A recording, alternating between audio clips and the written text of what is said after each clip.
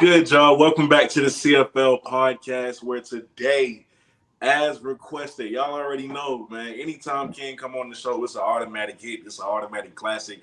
That's why y'all ask for him as much as y'all do. So but this time y'all ain't even have to ask for him though. My boy hit me up. It was like, hey man, we gotta get back on the show. I'm like, all right, let's do it. We good. Hey, so Ken, man, what's good with you? What's good, brother? Man, just loving the energy right now with around the culture, man. I'm loving what everybody's doing. Everybody that's contributing, man. You know how it go. Just keeping it moving, bro. How about you? Man, listen, same here. Twitter be jumping. Twitter been jumping the past few days with all the topics that have been going on surrounding Coach Prime and the program. So, I'm happy that you hit me up because I was like, damn, we got to talk about this. Well, I felt like it was time, man. My spider sense was going off, man. And plus, I kept having people kind of hit me up. We have somewhat of a different platform, a Tiger Talk, the 1400 Club. So, anytime we can partner. Because this is the thing, man. I've been big collaboration lately, man. Just within the people that's in this space. So we being examples of that very thing that we're talking about. When we can kind of commingle our platforms and partner. Same thing we did with the recruiting weekend over in Jackson State. So, we just gonna keep it going, man. Keep progressing, keep being examples, keep being part of the conversation, man. That's all. And in the future, man, like we got to do all content creators, man. We got to merge together a lot more and do a lot more shows together because it's so lit every time we team up and get a show going for the people, man. Like it's always a hit. Everybody wins, man. I'm quote my brother Shaq, the big Aristotle from our Tiger Talk with the 1400 Club podcast crew. He always says, our wealth is in our unity, man. So anytime you can, be an example of the very thing that we want to see out here, man, you got to keep trying to do it. You got to be the change that you hope to see. Thanks. Now, Ken, I wanna get straight in. We ain't gonna get straight into the deep topics right now. We gonna start it off light, something fun. I see y'all unveiling the uniforms slowly but surely. I'm loving what that. I'm seeing right now. Yeah, man. It's coming. Y'all seeing it when we see it. Coach Prime. This is the fun part about having Coach Prime as your head coach. We know we have a apparel deal with Under Armour. He's an Under Armour. He's sponsored through Under Armour, and it's pretty cool to see. I think we get a few uniforms every year, so it always kind of keeps us on our toes going into the beginning of the season when we don't know what it's going to look like. But man, I'm gonna be real. The things that I've seen them roll out, the uniforms, are near and dear to my heart because I've expressed to Zoe I wanted a Jackson State and a Navy jersey with Jackson State across the front. When it comes to uniforms, JSU is cool, but there's other JSUs out there. Right. Tigers is cool, that's our mascot, but I like that Jackson State going across the front. So seeing two navies, you got a navy and a white for the old school true blues that don't like the red. You got and then he rolled out today. He rolled out with the navy white with the trims. So I'm just like, oh man, I'm like a fat kid with cake and cookies in his hand, man. I'm loving it. Now, when seeing it, I was like, okay, so it definitely looks like this is gonna be a season where they pay homage to the history, and the greats that stepped on that field before him. So, I definitely like the idea. Facts, man. I love it, man. It just building on tradition, blazing new trails, man. So a lot of that is in there. We're gonna be clean when we go to Miami. Matter of fact, Coach Prime, his mantra, man. You look good, you feel good. You feel good, you play good. You play good, they pay good. So that's how he get down, man. So I wouldn't expect nothing less than what we seeing from Coach Prime right now. So he's staying true to form, and he's consistent with it. So I'm loving it, man. And I know the kids are loving it too. So that's what's important. That's mostly important, Right. And I think we 40 days away from Miami, something like that. Yeah, something like that. I'll be down there in April 30th. April. That's my birthday week month. I'll be in Miami August 31st, man.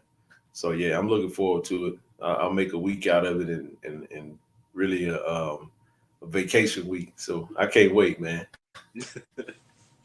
All right, now Ken, Uh, I want to talk about the 2023 recruiting class, right? Because 2022 is just about wrapped up, and looking across the FCS, teams have not wasted any time getting going for the 2023 class. Like one of the opponents that y'all play for homecoming, Campbell, they ranked #1 right now. They hit the ground running, three stars back to back, right? As far as Jackson yeah. State goes, knowing what they've accomplished, getting Kevin Coleman, getting Travis Hunter, getting Tavion Beasley from a St. John's Bosco, who plays in the Hmm. toughest high school football conference in America. Is Coach Prime looking to one up what he did last year? Is he trying to plug in needs? Like where do you think the direction is gonna go for this 2023 class? 2023, man. We trying to get in the top 30, man. We trying to Mm, go.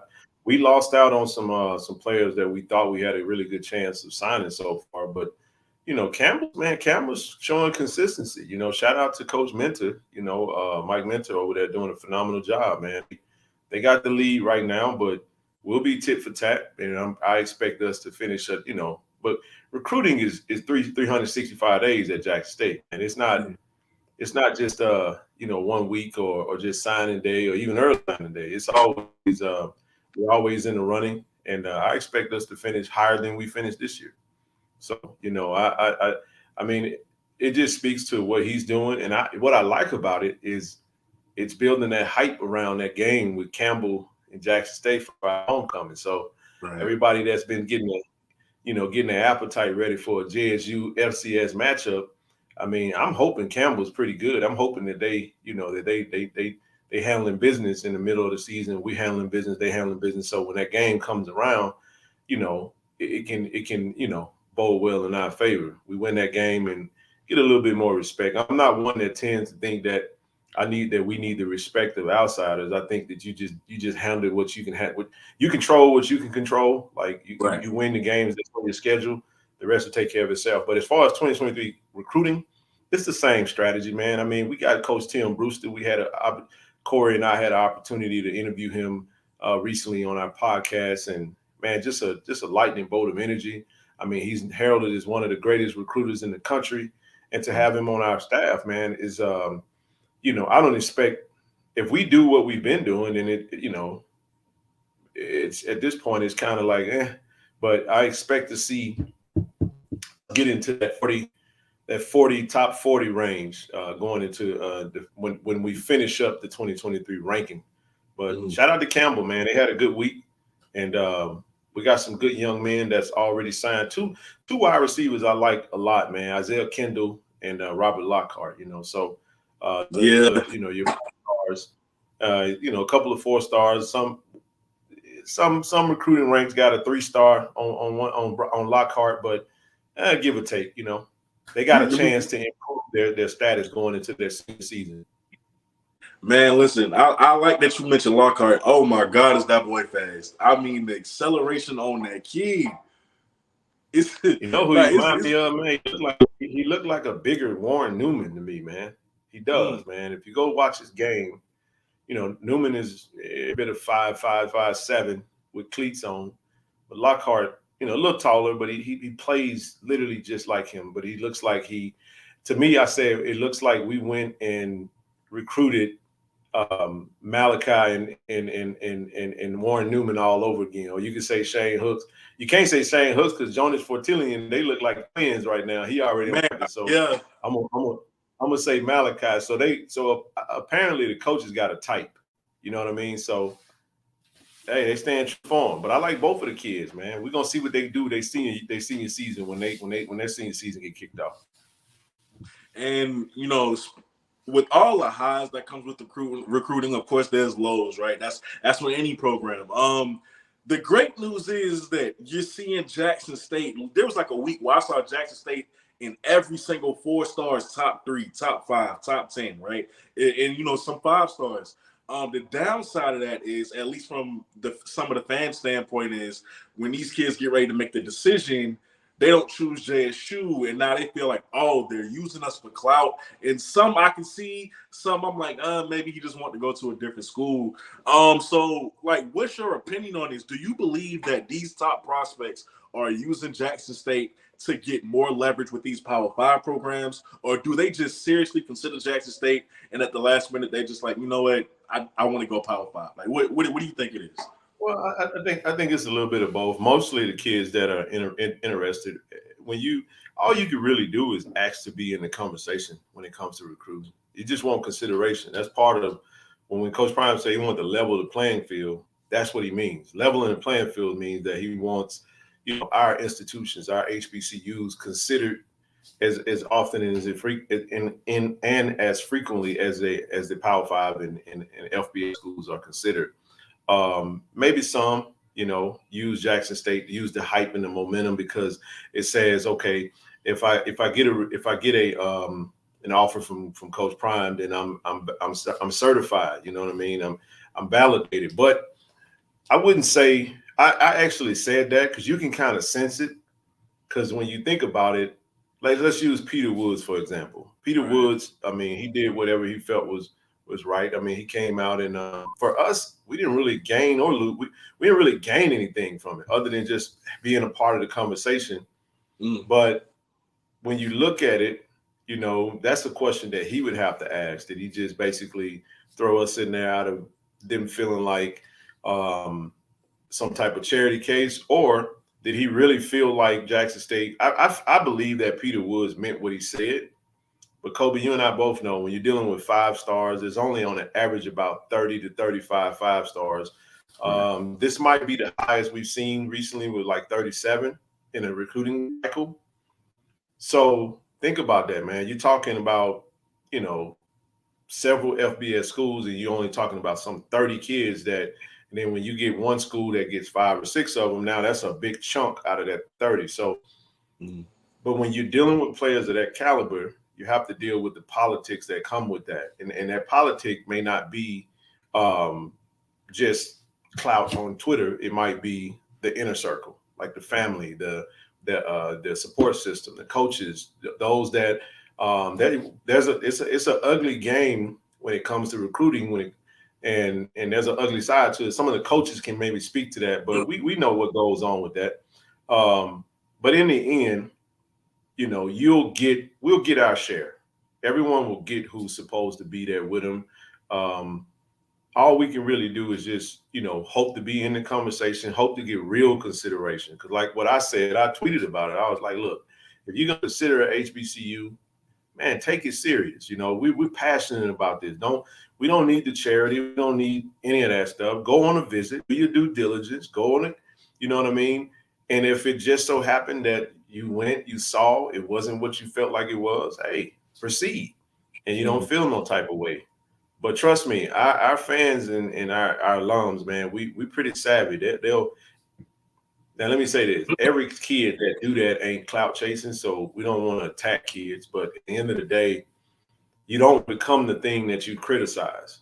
Because we Right. always talking about these PWI fan bases, and you made a lot of mentions of it. You went to some of those comments of Peter Woods after the post. A lot of people from Alabama probably didn't care too much about it, and they probably said some things that wasn't too friendly.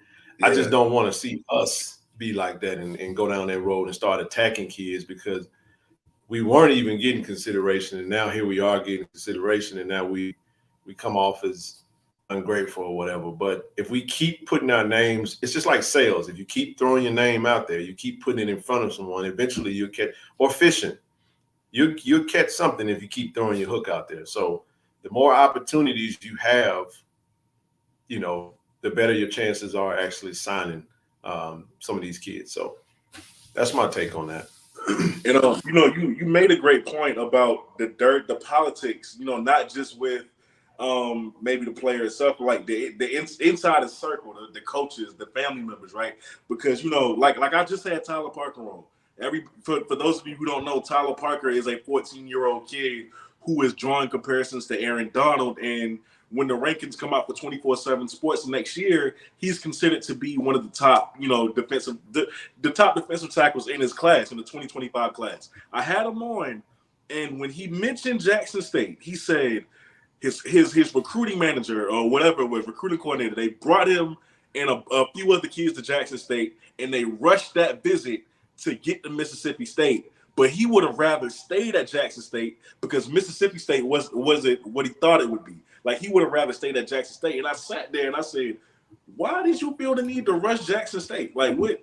Like just the mindset of these coaches and these recruiting managers, like they feel like they have to overlook this HBCU because it ain't about nothing. So that's a great point that you made, man. Like, I don't like that these adults are getting in the way of these kids making decisions for themselves. Like, I hated that when I heard it for Tyler, and I honestly hopes he considered taking another visit. Hey As he man, we got gets time older. with him. He's 14. We got Yeah. time. We got plenty of time. You know, the cool part about it is he's so young. He's so young that he's honest. As they get older, you tend to learn how to. Well, maybe I shouldn't say that because I don't want to throw my coach under the bus, or my recruiting coordinator under the bus. But that was good. That was good content, man. Matter of fact, that interview was so impressive. You impressed a lot of people with just his mindset, and people were impressed with his mind, and that's most attractive when you see those types of kids. We they're students first. We say student athlete, but they're students first. So we got time, man. We got time. If he was impressed, you don't have to tell me that Mississippi State ain't impressive. I ain't trying to, whatever. But I'm from the state of Mississippi, so I'm pretty sure in my mind, they got a 40-year head start. So we ain't too far off, But nevertheless, don't say that to some people because they act like the water's so much sweeter on the side. In actuality, is not so much. But that goes on, man, and that ain't gonna never stop. Matter of fact, I think it's gonna get even worse with NIL as the NIL is tending to really take shape, and we start seeing players really making some real money. It's gonna get a little ugly, man, because people they were already doing it, but we'll see. We'll see. And talking about the benefits with Jackson State being in, because like I understood both sides, I guess, but I kind of lean towards the side of it does benefit Jackson State to always be in these kids' top lists because you're getting recognition regardless. And shout out to my boy Jeff Lightsey because Jeff Lightsey made a great point when he talked about it. He said, when with all this success, like this comes with it. Jackson State is now in a situation where you're constantly competing with the Ohio States, the Alabamas, the Clemsons of the world for some of these kids. Like this, unfortunately, that's just a part that comes with it, right? Like the negative side. Maybe Right. some kids want to, just throw your name in there. You're not gonna always get these kids, but it's. I think that it does benefit Jackson State more than it hurts Jackson State to constantly stay in the news feed and constantly stay on your timeline and just seeing them being considered by these top players. What side do you fall on with that? You're right. You're right. I mean, if as long as our name is in there, we gonna be, like I said, there's a consider. I'm trying to get this lighting right. Sorry about that. But You good? yeah, man. I don't. Lightsey does his homework, man. He does his due diligence. He made a really good point, and I agree with him. And you know, let's put it this way: they can't pick you if they're not considering you. You know what I mean? You got to at least Right. be considered in order to get chosen. So half the battle is being a part of the conversation. The other half is actually sealing the deal, and we'll get our fair share because what we're running into, Kobe, is that man, we so loaded, we so stockpiled, man. Some of these players are gonna start looking at Jackson State like, hey man, Jackson State sitting over there loaded. I mean, I get on the field, so I might need to consider going over here, and that's a good problem to have, man. Who would have ever thought that you would rather go to an FBS school than to go to Jackson State because your chance of getting on the field just might be better over there. So I'll say this though, Zoe says it all the time. Jackson State is an FBS school in FCS clothing. And he's absolutely Mhm. right about that. We're not talking about money. I think we all know what we don't have. But when we talk about the makeup, the number of coaches on staff, number of support staff, when we talk about equipment staff, we talking what we just discussed. If you look at everything that Coach Prime is doing over there, he's running that program like an FBS program. And Right. I would say he's running it as an FBS program. We just so happen to be an FCS school. So, And I want to venture to something, right? Speaking of FBS schools, yep. I'm on Twitter, and I don't even know the history with y'all in this school, but Southern Miss, man, like I saw the players get into it, like Frank Gore Jr., the receiver.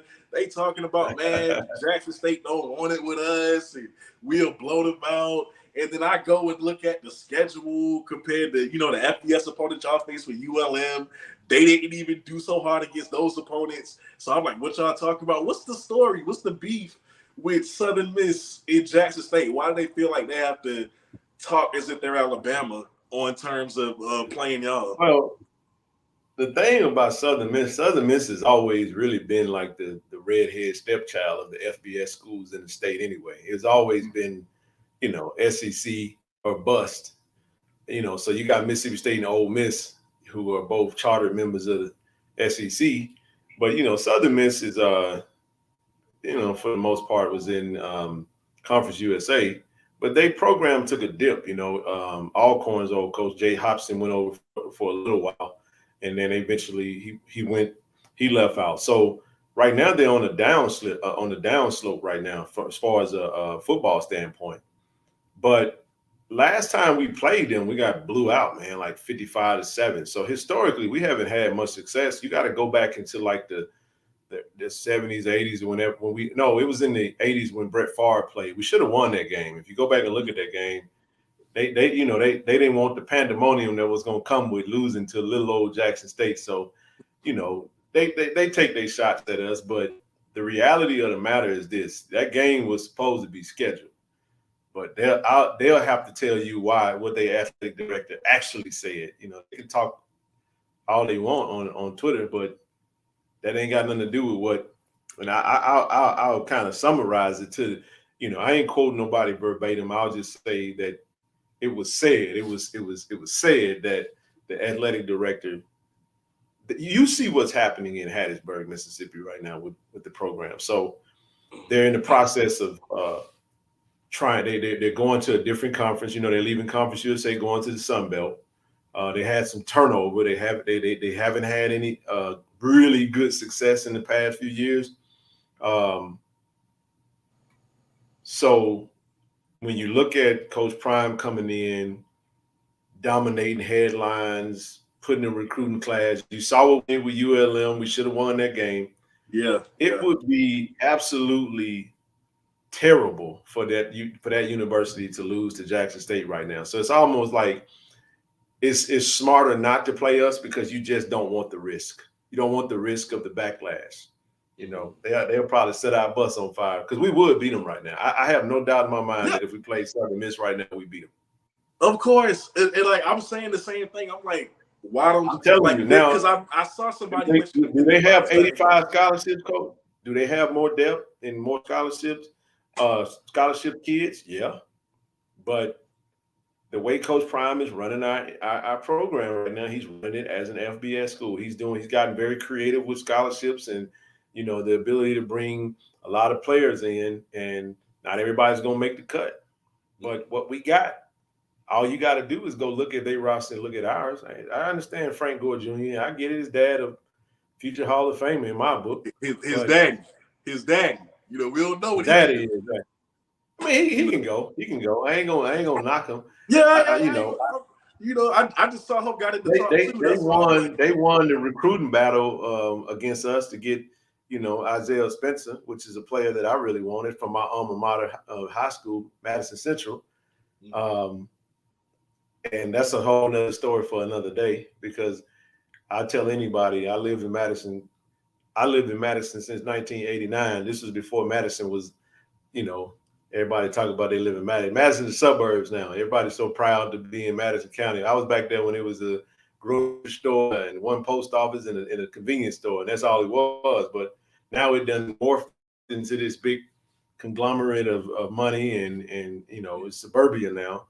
But one thing we know, that's where Mike Espy played, Chris Spencer, Doug Buckle, some of the guys I went to school with in high school. But they don't funnel those kids to Jackson State like that. Jackson State is talked down upon out of Madison County. And you can't come for me because I live there. My dad still live there. I don't want to hear it. I know what's said out there. And I know what I'm talking about, people that look like me and you. They don't value Jackson State up the street, bro. Just how it go. And And you look like just talking about that. Like, why do you think that continues to be a thing in our community? Like, I remember I was a senior in high school, and I want, even with a scholarship, my only scholarship, football scholarship. I wanted so bad to go to South Carolina State, and my mom was like, "Hell no!" Like, she was like, "Nah, like that's a party school. You ain't going there. I'm sending you to this private school way up the state." And I was upset about it. Why is that still a mindset in our community? I think, man, there's an old saying that says white is right, black get back. And that's something that permeates in our community to this day. We think that Zoe says it all the time. Black folks don't value black stuff. We devalue anything that's black. And when we say that, we're not talking about the whole community, but there is an element that exists within our community. And it's a byproduct of what we've historically had to go through. It's a byproduct of what we've had to. So here's what happened. So if you are dealing with, if you come to this space and everything that in the world tells you that the school that is set up for the people that look like you is lesser than, you start thinking that if the rules and the laws and the thing, we live in a system, man, where there are a lot of us that look like, that a lot of black folk are allowed to elevate within this system, but it's not designed for us as a people. And nobody can debate me. And this ain't a debate, man. I think, like I said, what we ask anybody from the any other community to do more than anything is to utilize their ears more than their mouth and listen to what we're saying. Because if you never lived the day and sat in someone's shoes, you don't know what they've had to go through. It's not an excuse. I make decent money working for a reputable organization. I've been able to elevate myself quite nicely, but it still does not speak for all the things we have to deal with every single day just because of what we look like. So when that happens, we tend to find ourselves, and some in our community tend to devalue. We call it self-hatred. You see it in dating, where you got dudes that date outside their race, but instead of just dating and being in love and happy, they go tear down the ones that look like them. They go tear down the women that look like their mama and their kids and all that stuff. And those are the types of things that we have to do. So we gotta heal within. And that's why I started talking about unity. We're so divided, man. You see group economics take place within other communities, and they do it quite naturally better than what we do. Now, there's an element that everything I'm saying doesn't apply to everything. So it's not a blanket statement, but we're talking about a nice, appreciable amount of those that exist within our community. You've seen it. What you just said, I've had to deal with that too. And I'm saying that's from somebody that I love and somebody you love that look just like us. And we just don't value it. And I think we were told you can't be just as good as them. You got to be better than them. You got to be twice as better than them. But we don't understand the damaging effects of telling someone that their best is not good enough. Right. You got to be better than your best. How the hell you be better than your best? Tell me how so we set our kids up in, from an impossible standpoint out the gate, instead of just telling them, love your own. So honestly, what we got to do is we can only do what we can do when it's our turn to do it. Do more of what we're doing now. And I could go deeper, but I'll be all day, man, talking about the damaging effects of, somebody say, well, man, you ain't never been no slave. What you talking about? It's inundated in your DNA, man, where there's an element that we just don't value ourselves as much as others may devalue. I don't want to go too deep, man, because you know how I'll get in trouble. But all right, man. I But got the you. reality of it is, man, we gonna stay on topic, and on topic, it's if you look at it from a surface standpoint, what they're saying is true according to stuff. Like we don't have everything that these other schools have. That's why we have been on a mission with Tiger Talk trying to really give you the why. Because a lot of times we just talk about the what. What is the issue? Well, the fees and the money and the budgets and all this stuff that we talk about is the what. But a lot of times we don't really delve into the why. And when you delve into the why, you'll understand why we, got behind the way that we did, why our schools are in the shape that they are in. And then you can get into some leadership stuff and so forth and so on. So again, there's a serious thing that exists within our community where we just don't value that. So I've seen us wine and dine players and their families, and it's just so hard to give over. That's why I said I got so much respect for Travis Hunter, Right. because it takes a lot for these kids to have to give over and decide that they want it, because they always come back to us when shit hit the fan. You get what I'm saying? They gonna get in trouble. They have some allegation and they get kicked out. Now they want to come run.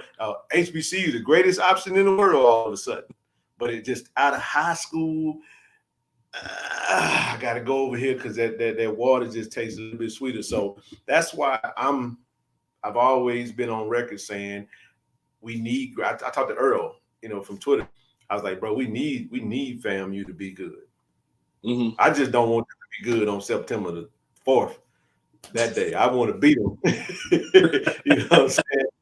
But we need them to be really good. We need Grambling to be really good. We need Southern to be really good, because you have to do this as a collective. You can't do this can't just be Jackson State. Right. It's got to be all of us. We all got to elevate. And I'm telling you, that's when it's gonna really turn. But go ahead. Before we keep going, ladies and gentlemen, boys and girls, children of all ages, okay, who are in this live, it is 284 people in. It better be 284 likes. All right, it better be 284 likes. All right, it don't cost you nothing. Like the stream. All right, but hey, let's keep it going. Now, I want to talk about Coach Prime donating half his salary. We saw the video. People have talked about it, like my guy DJ. So go on his channel and check that out.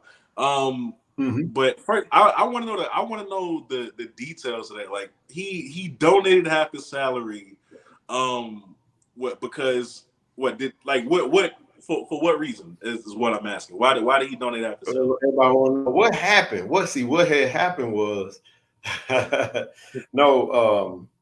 From my understanding of it, what people have to understand when you're making upgrades and you're doing things at the university, the state is the one that usually regulates that. They're the ones that, that are releasing of funds, unless you have private donors and stuff like that. So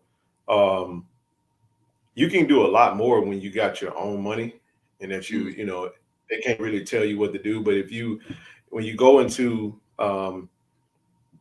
I feel like what Coach Prime did was kind of a shot at the state. You know what I mean? Because it's I'll just say the state's has been very consistent with the history of how they've dealt with us in the past. Dragging out things. That portion of the facility upgrade should have been completed according to certain reports, but Coach Prime, being the man that he is, stepped up and said, we're going to get this done because he wants it ready at a certain date and time. And, man, I'm excited, man. He said August 4th on the video. So, damn it, it'll come August 4th. So, and I also want to shout out the 1400 Club. I won't, reveal everything, but I'll just say that, the club definitely is contributing, some financial assistance and helping to get that players lounge up to the That's standard that awesome. he wants it to be at. That's So awesome. we're excited about what is. I can't wait to go and do a show there, man, and really, get some footage and just see the Walter Payton Center, and see what's really going on. But I think really what you see is just Coach Prime um, being the marketer that he is. He's a master marketer. He knows how to, get the keep the keep the eyes on Jackson State, keep folk talking about Jackson State, and keep things moving at the pace that he want to move at. And the bigger message is it speaks to what it is that he wants for those student athletes, those young men, and I know that it's football, but I'm pretty sure all will be able to partake in some of that that's over there now. So that's the biggest story. I mean, I don't ever count a man's pocket, so I can't give you a number. Uh, the question is, we don't know what salary he's getting half of. We don't know. He got probably multiple salaries. He could be half of this. I can't give you a number, Kobe, and I won't even try to. But all I'll say is that was exciting, and it happened all on the same day as the Rock, Danny Garcia, XFL being on the campus of Jackson State. Right. Uh, that was a big deal. People come away from that event talking about what Coach Prime said in relation to schools having opportunities to either choose to be on a better financial footing and Coach Prime donated salary. You see what I'm saying? Like Right. the Rock on campus with the XFL, and we're talking about Coach Prime donating his salary. Now, some people Right. can find negative in that, but the way I look at negative shit is like this, bro. It's people that's just dead set on being negative. They're gonna be the opposite guy. You can find negativity in anything if that's just who you are. And you can also find positive in everything. So, you know, I ain't mad, bro. I told you on one of the shows we did not too long ago, whatever is over there at that school, man, he not putting it in that U-Haul, taking it back with him whenever he gone, man. So I'm just excited about that, the fact that it's gonna get done. Because you know what we're gonna get? We're gonna video, we're gonna get some footage.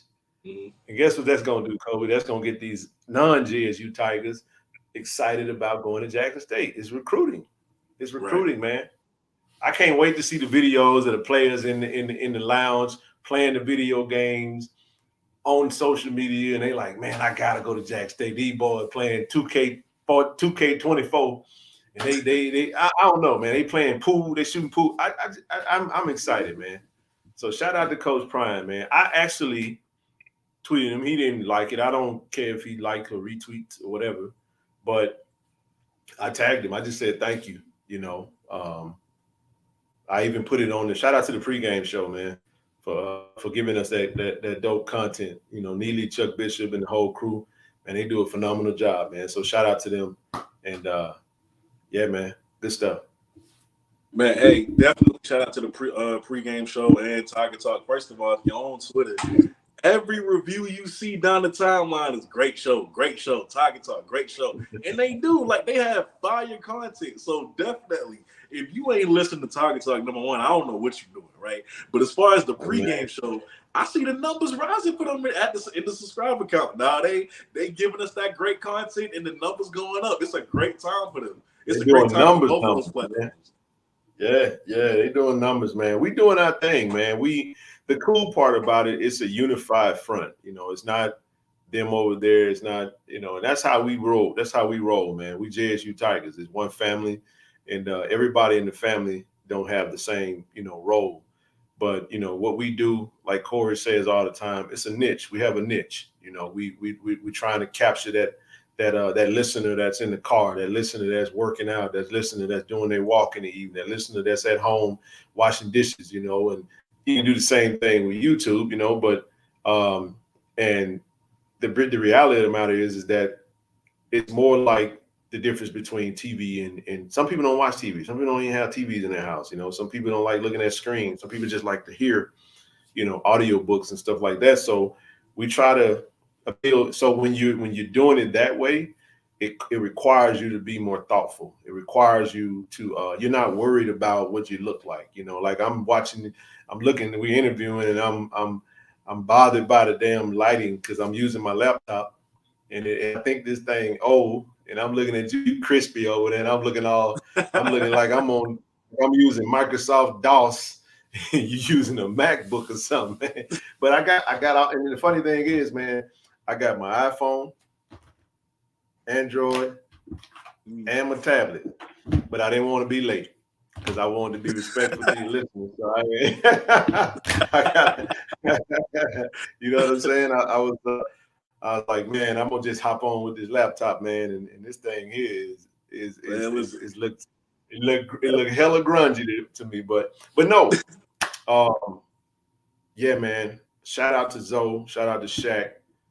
Those guys, man, allow me to just be a host and just throw it back and forth to them, man. Shaq is a very, very, very thought provoking. We connect on a deeper level than just surface. You know, I love that he's always finding spiritual significance in all of this because at the end of the day, it's about how you live and not just what you do. You know, so Shaq is that, and Zoe is the historian. So you got Shaq the philosopher, you got Zoe the historian, and you got Ken the, I guess the babbler. So it works, man. It works. And all right, so getting back on topic, right? With the salary thing. I saw it's interesting that you bring up negativity because I was on social media and somebody hit me and it was like, yeah, it's nice, but Prime a millionaire, so like doesn't really matter. That like doesn't it cheapen, what he did. And I'm like, I thought about it. And I was like, no, it doesn't. It doesn't cheapen it. Like it doesn't matter that this man's a millionaire. Rich people don't like to give away money for free. That's just Thank my you. opinion. You feel me? So if he gave that money, if he gave up half the salary, it's really at the kindness of his heart. But I want to know your thoughts on that. Does it cheapen the donation because he's rich?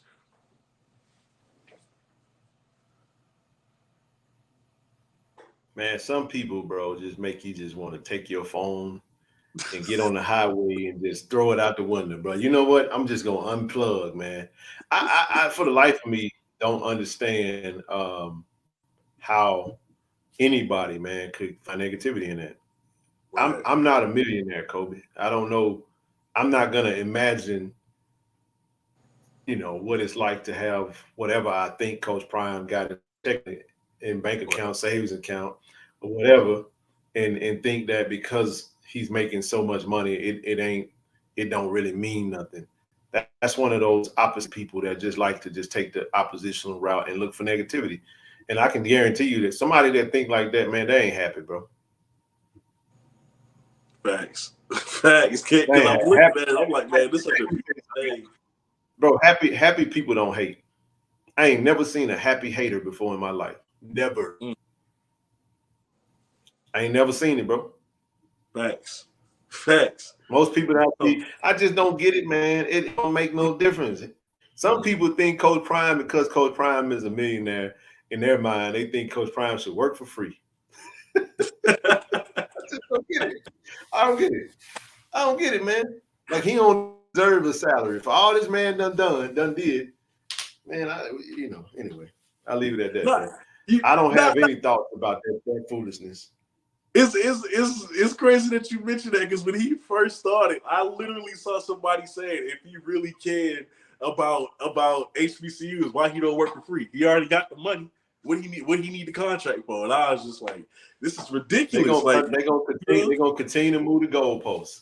If it right. ain't that, it's gonna be something else.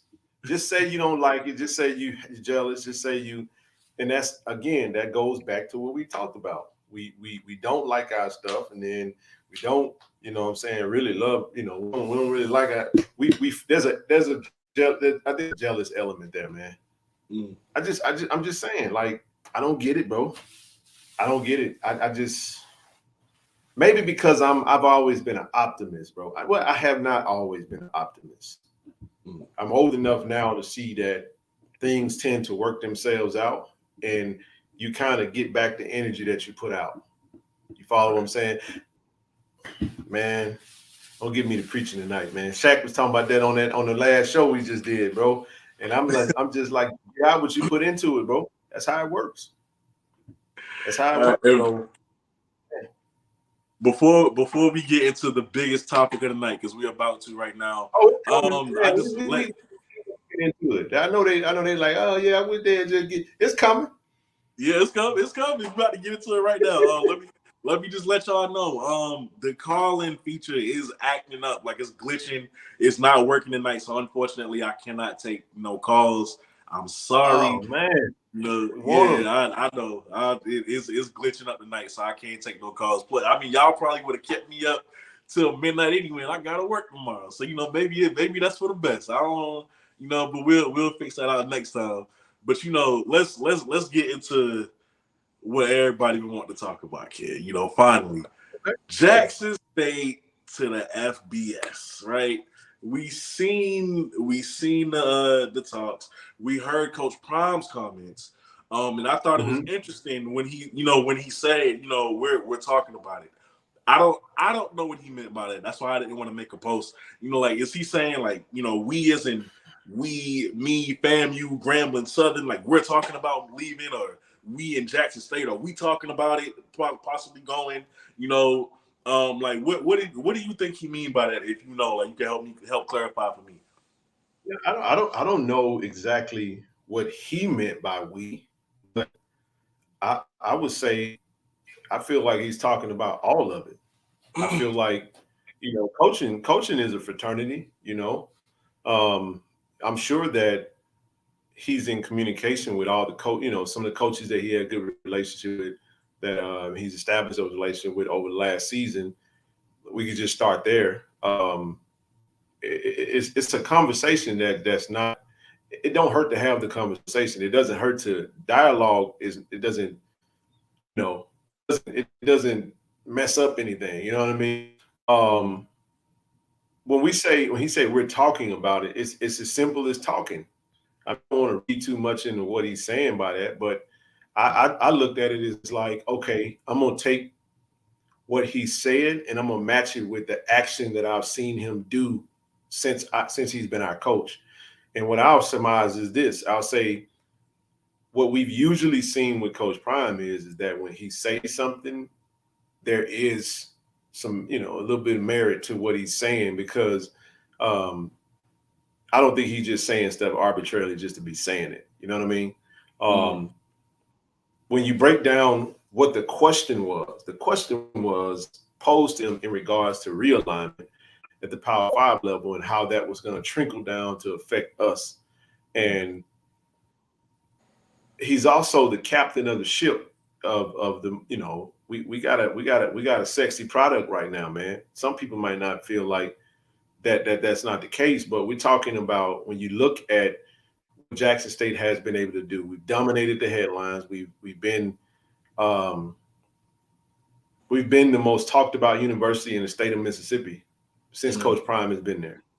You can't deny that, right? Right. The other thing is we've recruited well, star-studded coaching staff. Um, you name it, man. We're lining up. This is the question. I'll give you a better question, and somebody help me answer this question. It's rhetorical on my end, but you got to ask yourself. Mo Sims, our strength and conditioning coach, that just came to us from Georgia. Right. Why would Mo Sims leave Georgia and come to Jackson State? After winning the national championship, why? Put I that mean, that's facts. put that in your evening pipe and pull on it.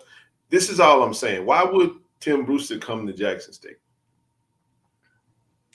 You know what people have said? I've heard the chatter. People say, well, he's building his staff up so when he leaves, he got his staff. You don't have to come to Jackson State to get on the staff to go join him at another school. Just stay with that and join him when he go. It ain't like you trying. See that thought. See, let me educate you some on this, Kobe. See, when you up here, it doesn't make sense to come down here. You see what I'm saying? Just to Right. go back up here. That's that. I'm gonna do it again. You're up here. I'm gonna come down here just to go here. Right. Don't make sense. So here's what I'm saying. Usually, if you're down here, with my camera, if I'm down here, Jackson State is a jump here because my goal is to get here. Make sense? Mm-hmm. So that thought process, in my opinion, is people thinking that the reason they're thinking from a standpoint of somebody that's trying to get on. These guys that were already on. So all I'm gonna say is that from my perspective, I don't speak for university, I don't speak for Tiger Talk, I speak for Ken Clark. Mm-hmm. I feel that the reason why they came is because Coach Prime was able to sell them on his vision of where he's trying to take this program, and they want to be a part of that ride and what that might be. So when I say we are having conversations, the we could be his coaching staff, that we could be his athletic director, that we could be the president. It could be those that are in his support system that's saying, look, I need y'all to dig deep to help me get this school to where we need to be to elevate us so we can really change the darn game like he says all the time. So all I'm saying is that you don't wait to get ready, bro. You start getting ready now. That's why I don't understand all the negative. I'm gonna say this again. It don't take a long time to tell me what I don't have.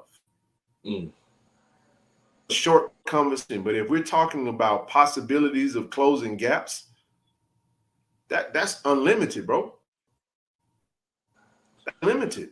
If the goal is to get from point A to point B, we could spend all talking about ways that we could do it. We can operate. We can come up with intelligent ideas. We can come up with creative fundraising. We can come up with all kind of ways to close the gaps. But see, what's happening in this space right now, which pissed me off and gets frustrated all the time, is because we got too many people talk about what we ain't, what it ain't.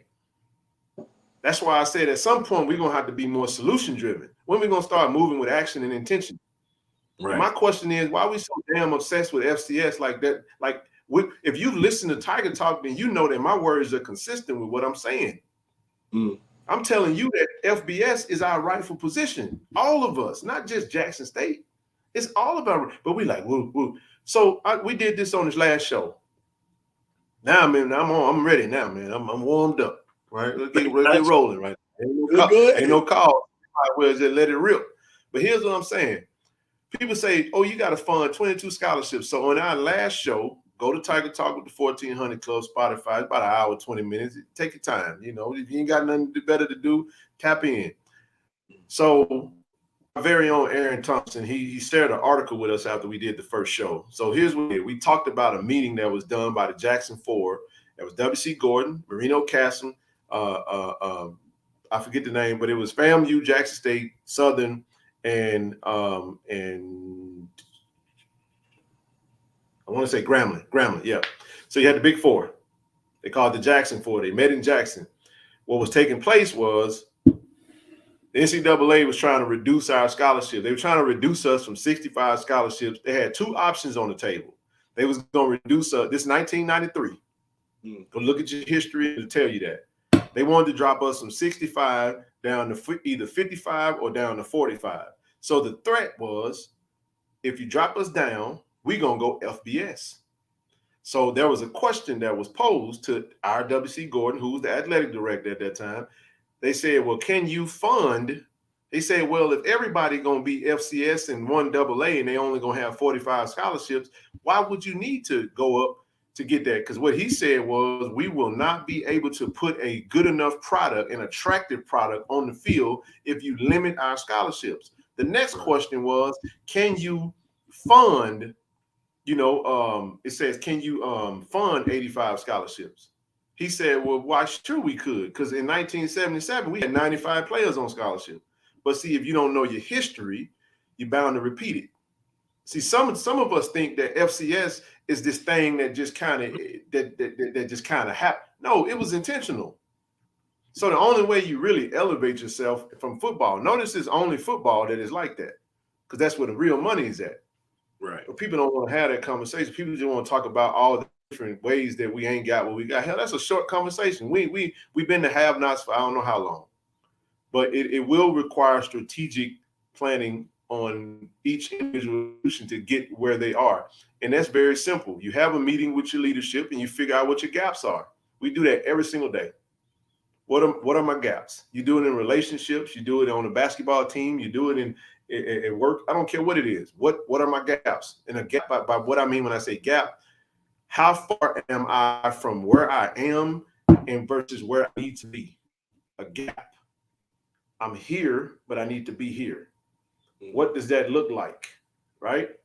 Right. Once you establish that, you start putting things in place to close your gaps. But we spent 4, 5, 6 hours on the spaces listening to people talk about what we ain't got. People want to talk about Jack State budget, and they telling there's truth to it. But I say, you tell me what Jack State budget is, because I don't even know what our budget is after what I saw us do in 2021. How many coaches Jack State got on staff? I bet you your school ain't got more coaches on staff than Jack State, and they not on staff. They not getting paid. They not up there for free. We got a full equipment staff, full training staff, we got 6 GAs. We got 4 analysts. We ain't never had no damn analysts, man. What we talking about? So we're running the program like an FBS school and everybody getting paid. And you might say, well, I'm telling you that we've spent more money on football like this past season than we might have spent in the past few seasons. So that number that people are constantly throwing around in relation to Jackson State, it ain't an accurate number just yet.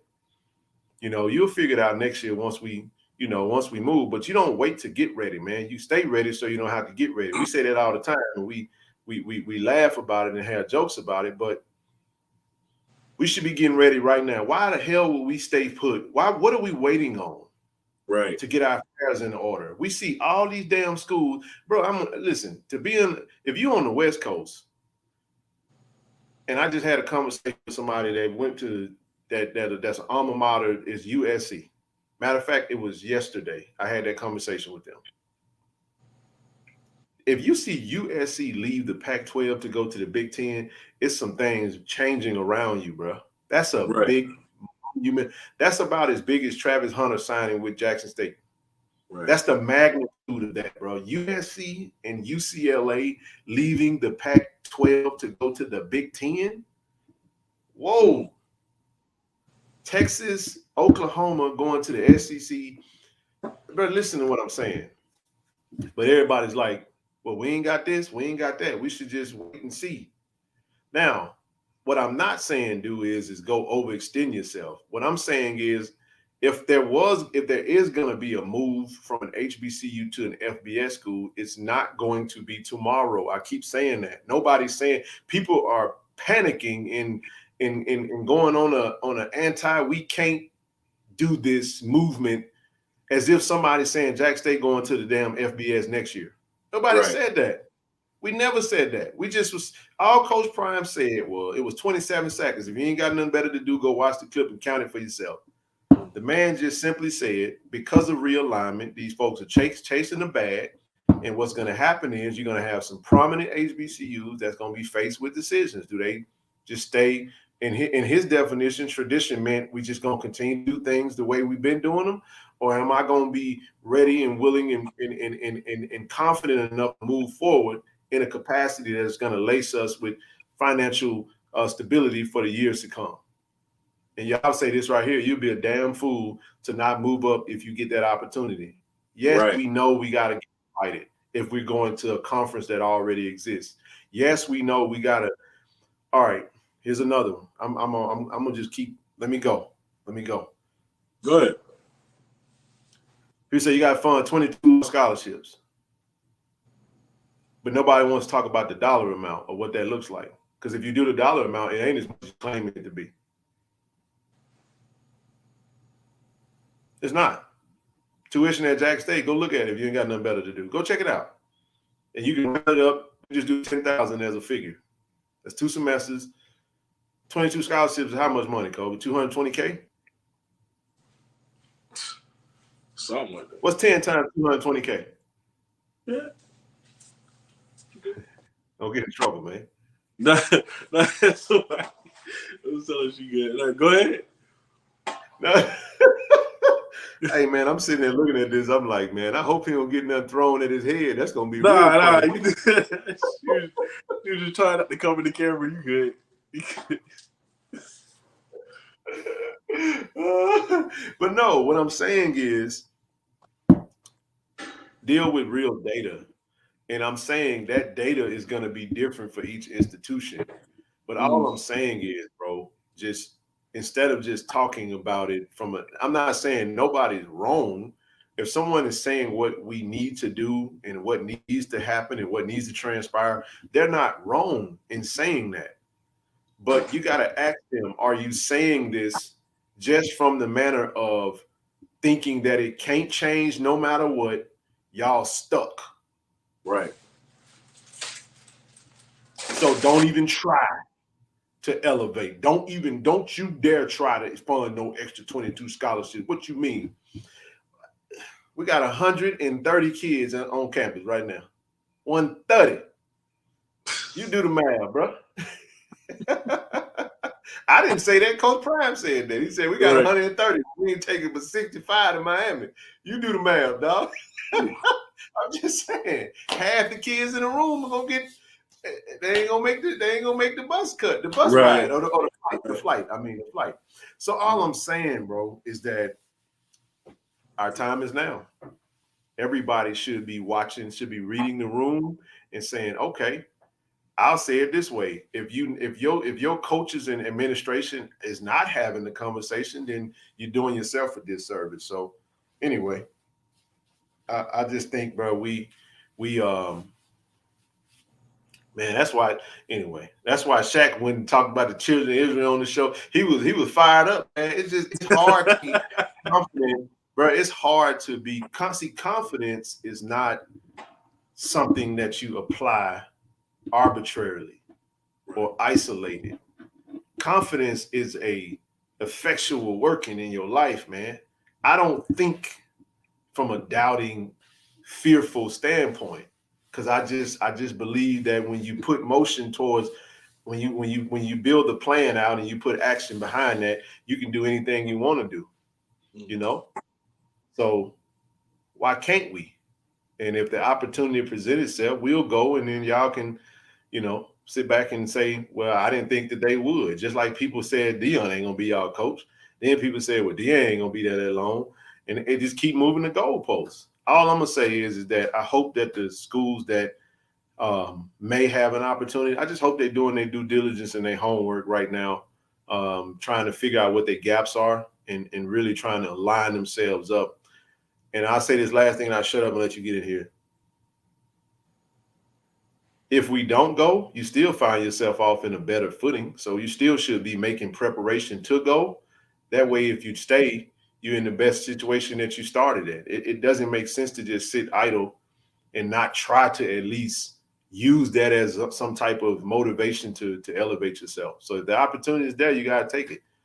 But I don't know what Coach Primes meant by when he said we, other than maybe he's talking about, Jackson State. Maybe he's talking about the coaches. Maybe he's talking about his support team. But I don't know. I can't answer that for him. You know, I agree with you really because I saw like the dollar amount that like USC is gonna get for going to the Big Ten. Those TV contracts is fat. You feel me? So I feel like if Jackson State gets invited to, because like what was the figure, like 22 mil or like something ridiculous like that? Like, so why wouldn't you take that opportunity if it's handed to you? I I get don't think people. we'll. I don't think we'll get an invite. I'll be shocked, but I don't think we'll get an invite to a big conference like that. Mm, Zoe and I did this exercise the other day where we looked at the American Athletic Conference, and then we looked at Conference USA. We looked at the Sun Belt. So what you've seen taking place is this is real. This is more because when people think when you say going up to FBS, people are thinking Alabama. SEC, Like don't ACC. don't don't you're too far away from that. So, but think about Troy, and I use Troy because I know Blue had the round table, and they had Emory on there with with Dr. Cavill and Mm. and my man's from A&T and along with BJ. So if you look at someone like a Troy, and I get the endowments and the their budgets and all of that type stuff, but you do realize budgets can change, right? People act Right. like Kobe, if I make more money, my budget is going to change today. I'm just telling you. Like, if I'm making 50K right now, Mm. my budget is 50K minus living expenses. I may only have a little bit to operate with. But if I go and get a 80K, I got a 30K cushion that I now get to account for where I can do some things a little differently than what I maybe have done. So budgets can change just like that. That's the first thing. Number two, when you think about jumping up, you think about why would we look at Jacksonville State that's about to jump? You can look at James Madison, Mm. but we're not in the same situation. So TV deal, you just mentioned that. That's kind of far fetched for us because Big Ten get this $1 billion deal. Great, Mm. whatever. It works for them. They're going to get paid a lot of money. Reason why they was really running because if you look at the real Sports Illustrated article, UCLA was in the red. UCLA was broke. No. Oh, look at it. It's out there. It's public information. I'm saying they weren't. Here's what I mean by when I say broke. You can be they extended. You're Mm. spending more money than you're bringing in, and I'm just go look at it. It's out there. I'm not. I don't. I'm gonna put the numbers out there, but it's. I'll send you the article. If someone wants to take a look at it, they can. But you not something. I didn't say USC. I said UCLA because Yeah. UCLA was really the one that really was in trouble financially or whatever. And there's other schools that have been balling that just been balling lately on a budget. And then you take factor in these past couple of years with COVID. See, this is kind of the luxury of being kind of used to doing more with less. So when Mm. things like COVID transpire, you go back to what Commissioner McClellan said, like we've been able to continue to still kind of stay at bay and not really be so affected because we're just not we're so far down on the totem pole that we don't feel the real effects of some of the stuff that they felt. We feel it, but not to the magnitude that they did. So when you're factoring in TV money, that's just one way to get paid. Um, but then you look at they have a playoff payout per Mm. conference. The conferences get so there's so much more money. And then I think Emory made the point of when you move up to FBS, that money game where we're getting 300K or 400,000 to play this game now goes into like instead of getting 500K or 400K, we're getting $1.5 million to go play Alabama now. You get what I'm Mm. saying? Right. Um, it changes, and I think he used an example of Troy playing someone. It might have been Alabama. I don't remember, but I think they got paid 1 point something $1 million for an HBCU. Man, that's a game changer for us. You know what I'm saying? We done made our year with one game. Right. So when you factor that part in, all I'm saying is then there's a potential of a bowl game. There's money's there. There's so many ways to get money on the FBS level that it ain't just you got to spend all this money to do this, this, and that. No, you fund your scholarships. And somebody may say, well, your number is off when it comes to the scholarship. Okay, double it. Double it. If it makes you feel better, double the money that I just said, and let's make it 20. Let's make it 20K. Mm. So 20K is $440,000 for 10 other scholarships. For 22 additional scholarships. However you want to slice it, man. All I'm saying is that we still haven't even hit 1 million. And you Right. factor in a Jackson State, we don't need a new stadium right now, bro. Right. We got a stadium that can seat the people. We can seat 60 plus thousand. So we can check the box on there. Now, later on, you can get an on-campus stadium as your money get to rolling in. But for right now, don't worry about that. We're already in the process of upgrading facilities. Keep in mind, this is a 2 to 3 year plan we're talking about. Where do you think? All right, let me give you a question. If Coach Prime stays at Jackson State for the next 4 years, What do you think we're going to be when it comes to facilities from a football standpoint in the next 2 years? Just halfway there, where you think we're going to be? If you factoring in what you've seen thus far. I'm thinking, I'm like, I remember like they released the pictures of the little kind of indoor practice facility, you know, like a couple more practice fields, maybe a bigger weight room. Like that's what I'm thinking is the next couple of years. Your imagination just running wild, ain't you? All the stuff that we could possibly have right now. That's all I'm saying. So you got to use that to factor in. It's a projection. You're building towards it. You're walking towards something. So if you're walking towards something, that means that you're not ready to cross that finish line today. We're not ready today. So what people are doing is, people are applying today's logic with tomorrow's plan. That's not how you got to factor this in, bro. It's not how this works. That ain't how you do that. You put a plan in place and you start checking the boxes in a reasonable plan. Like Zoe did on one of the spaces, he talked about, like, I know BJ was breaking down like some budget stuff and he's getting into the numbers. But the point he was making is that you don't have to do all of this right now, like right at this very moment. I got to have maximum top-notch facilities. I got to have all this money. We did an exercise where we basically went through everything that we would have to upgrade and we would have to account for. Another thing that people don't even talk about is coaching salaries. When you jump to the FBS level, the amount of money that's required from a coaching salary standpoint, I think the average is about $1.5 million on the FBS level. You know, like let's say a coach is in the Sun Belt. I'm talking about assistant coaches, right? Not the head coach. We're talking about assistant coaches. So if you're talking about taking where you are now, figuring out where you need to get to, and then establishing that gap. And then all you're really doing is you're basically establishing what the number is. And I'm telling you right now, it wouldn't make sense to me if Coach Prime hasn't already gotten the figures on what that looks like. It's in his contract, bro, that if we move up to FBS, then XYZ, you know, same thing with Hugh Jackson, same thing with Eddie George. Hell, Tennessee State, they just said they want to be the first HBCU to go FBS. Right. So let Tennessee State tell it they're going to be before Jackson State. So why people ain't applying all the pressure to Tennessee State? It's just amazing to me how when Tennessee State said, don't nobody give a damn about it. But see, if Jackson State say that, it's all hell pay. It's all everybody holding spaces and everybody jumping on calls. Everybody talking about we having a doubt. That's a great point. Nobody talked about Tennessee State.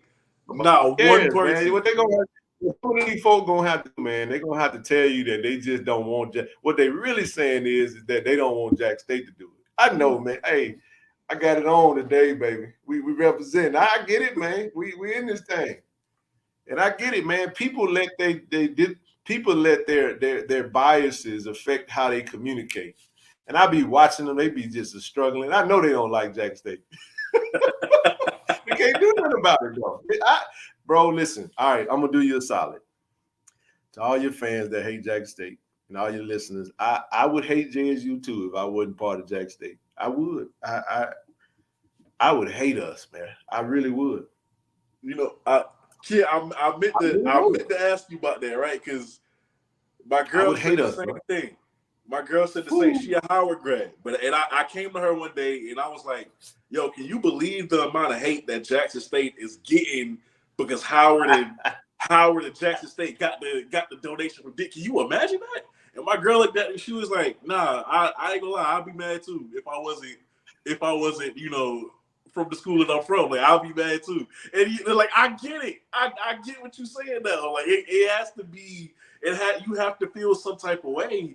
You know, seeing these schools in the spotlight, knowing like, damn, we here too. Like, we deserve too. I get it. Hey, man. And listen, man, when you get done, my head football coach, I ain't know it yet. I'm just saying, dog. Tomorrow is Swag Media Day, man. We got Shador Sanders Travis Hunter, the #1 player that was in the country like at SWAC Media Day. Come on, dog. Things are good at 1400 J.R. Lynch. You hear me? I get it, man. I fully understand it. But listen, man, uh, I think it's gonna happen. But this is my real true feelings about FBS. I personally feel like we need to do it collectively. That's my desire. A collective. I really do. Minimum of 8 schools. Now, And the problem we're gonna run into is the 8 schools that it will actually do it. You know what I right, mean? right. But I feel like if we really, really, really wanted to, I don't know. Does it look like? I know that people talked about the commissioner having a plan to do it collectively, and if that's the case, then we really gotta assist with the valleys of the world, the schools that are not that's gonna slow the process down. You gotta collectively. It makes you wonder. Is there a plan in place? We did see Coach Prime go down there and help Coach Vincent Dancy Mm-hmm. with some fundraising. You're only as strong as your weakest link. I personally would love to see us move up as a conference to FBS and be able to fund 22 additional scholarships. I feel like we don't know. There may be some changes that may come down the pipe. We don't know, man. We don't know. We just kind of got to wait and see and watch how it play out. But if there was a plan for everybody to elevate, then by all means. But the second idea that comes to that is not everybody go up. You get a handful that go up. That's the second plan, or I would say plan B. And then you form a different FBS conference. But that's going to have to be approved by the NCAA, I think. I don't think you can just create a conference and just jump up like that unless you go independent or whatever. And speaking of independent, the third plan would be one of these HBCUs or a few of them go up by themselves. And I think that would be kind of difficult. I think FAMU made an attempt to do that from an independent standpoint last time, and it just wasn't an easy task, man. So you just got to wait and see. I was thinking about Conference USA, but see, Conference USA went and pulled up a lot of FCS schools because they Right. got demolished by this region. They lost all but 2 or 3 of their teams, and most of them they got lost to the AAC and then they into the Sun Belt. So I think Sam Houston State, Jacksonville State, a lot of these schools are going to go up and be in Conference USA next year. James Madison, I think, James Madison going to the Sun Belt, I think. Did Sam So Houston leave too, right? Or are they leaving? yeah, Sam Houston's going to be in Conference USA. Okay. So So I want to also ask you, right? Because there was this one guy who is an Alcorn graduate, and he was so against the FBS talk because his whole thing was what happens to our tradition? What happened to these classics, right? The games that we love, that we grew up with, that our grandfathers like. What happens to the tradition when this move is made? And I'll like is it he basically said like it's not worth our culture isn't worth selling. That was his point. How like what would be your rebuttal to him saying that or his worries about that? there's a way that you can do it and still preserve classic games. See, people, we got to get out of thinking that when we say tradition, we're talking about the 1 or 2 games that we hold in very high esteem every year. The SWAC season is an 11-game schedule. Most of us are going to play 11 games, but you poll these people and ask them how many of these games do they really go to. Not saying everyone is like that, but a part of our tradition also is not attending games that don't have the hype. What about those games? 1 or 2 thousand people. I mean, the band don't show up. Usually when we're talking about losing our tradition, we're talking about maybe our 1 or 2 rivalry games. That's really what we're talking about. Right. And somebody could debate me and say, "Oh, no, I don't really agree with that." Jack State gets a good showing when we play a lot of teams, but definitely though, Jack State's an anomaly in regards to. Now, I don't speak for the East Coast because I've never really experienced football on the East Coast, so someone else would have to speak when it comes to that. I'm speaking from a SWAC standpoint because I've been in the SWAC for forever day, and I don't try to speak for what some of those stadiums are a lot smaller, but even though their stadiums in some of those schools are smaller, the game atmosphere still might be electric. Like we looked at looked at a slide the other day where I think Howard has a small stadium, but they get it about as much as they have a really good average based off the amount of seats that are available and what actually shows up to the game. So when we're talking about tradition, I'll give you a scenario. Let's say we move up to the Sun Belt, whatever. You play the man, so you can still schedule those games and not lose those, not lose your rivalry or whatever. Because I'm thinking if I just feel like if Jackson State move up, then Grambling, Tennessee State, Southern, FAMU, I think everybody's gonna move up, gonna try to move up too. If there's an avenue for Jackson to do it, that same avenue is gonna be there for Southern, Grambling, or some of these other schools, unless somebody comes to our coach and invites us. That's the only way it'll change. Now, if that transpires, then we'll have another conversation at that time. But as far as the tradition, you don't lose the tradition if you go up to FBS as a collective. If you move the conference up to FBS, then this conversation is irrelevant. You know what I mean? If you move up a handful, you can still schedule those games. Because the games that we're talking about, let's play it out for those that don't really understand it. Okay. You got a 12-game schedule. You're in Conference USA now. You're playing Sam Houston State. You're playing Jacksonville State. You're playing Marshall. You're playing, we just named North Texas. I'm just naming some schools that was Louisiana Tech. Now, don't quote me because I don't know who's going to be where when it all does settles, but I'm just using an example. Right. And let's say we get to schedule maybe 2 HBCUs, because this is what we don't know. We don't know how the changes. We're just speaking from based off of. See, you can't speak on just the way things are at this very moment because we're not FBS. Think about it. If we are allowed to go to FBS and there's a way for us to go, I think that maybe there's some things that might change. There might be some waivers in place. That was discussed at that meeting that we talked about, where the waiver looked past attendance, because you remember that it had to be a requirement for like 15,000 in your audit, 15,000 in attendance. But there were waivers in place at that time. I have to verify if that's still exactly like that today. But here's what I will say.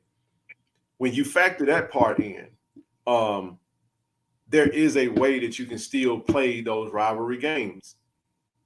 Because everybody only got like 1 or 2 rivalry games. And I'm just saying, like, what other games are there that, and if they from Alcorn, is Alcorn going to go up to FBS? I mean, we don't know. Maybe they go up if the conference goes up. But all I'm trying to say is this. If you Jackson State and we go play an FBS schedule and we still schedule Alcorn, or we still can schedule Southern, that's a win for us. Because that's what our schedule looked like right now anyway. We don't even have Grambling just now coming back to the schedule. If you don't believe me, man, go look at we had the highest attendance in FCS. Go look at the highlights for the Texas Southern game, the Bethune-Cookman game,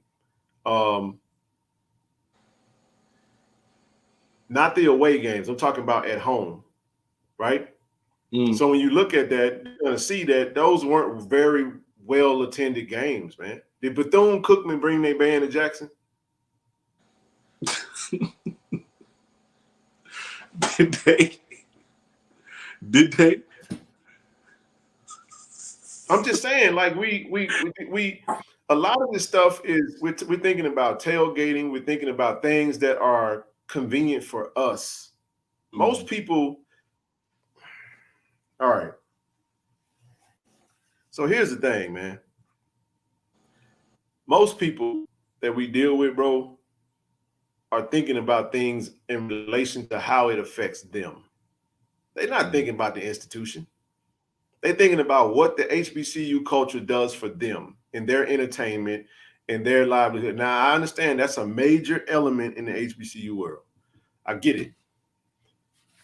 But you're going to have to ask yourself how much of that has caused us to be held back and miss out on opportunities that we could have. And this is why many of us have given North Carolina A&T so much for what they've done by going to the Big South and going to the, you get what I'm saying?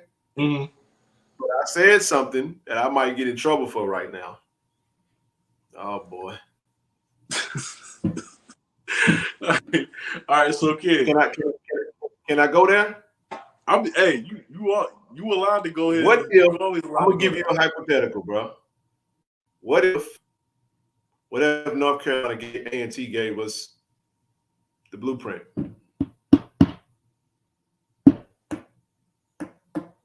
Hey, nah, for real though.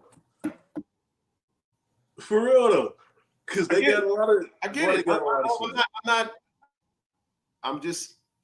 was on that. I'm just trying to take the emotions out of things and start looking at things from a business. That these schools are not there to serve you. Our institutions are businesses, man, right, that have to operate in a capacity to stay afloat. Right.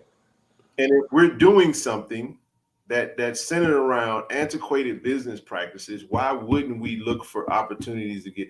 Again, I'm not saying that we need to go join the WAC or the Big South. I'm saying that maybe A&T should have went for the gusto, and what if A&T was using the Big South for the AAC, the CAA as some type of case study to? I'm not saying this is what they're doing, but just what if there's some value, instead of us pointing fingers at A&T talking about, they sold out or whatever the case may be, we can look at what them and Hampton have done and kind of use that as a means to maneuver to whatever.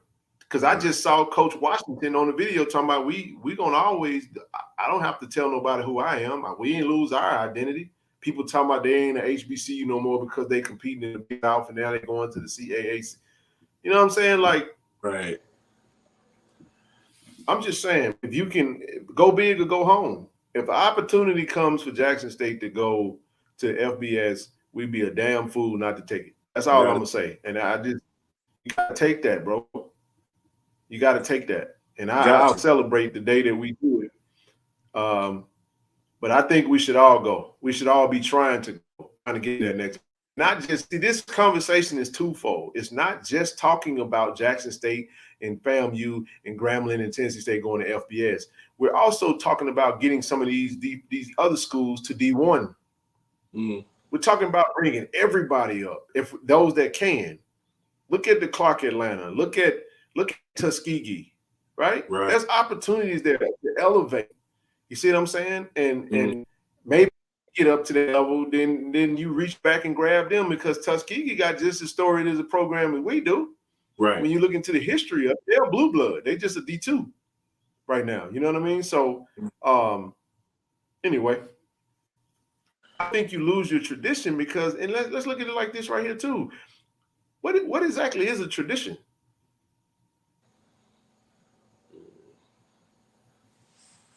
I think what he meant was I just think what he meant was like just traditions. You can start a new tradition. Traditions change and start and stop. Whatever you're doing right now, there was a starting point of whatever you were doing. And I'm saying right now, there is no such thing as, let me say it this way, conference affiliation does not define, like Zoe just said, Tuskegee is the original blue blood. Conference affiliation does not define your HBCU status.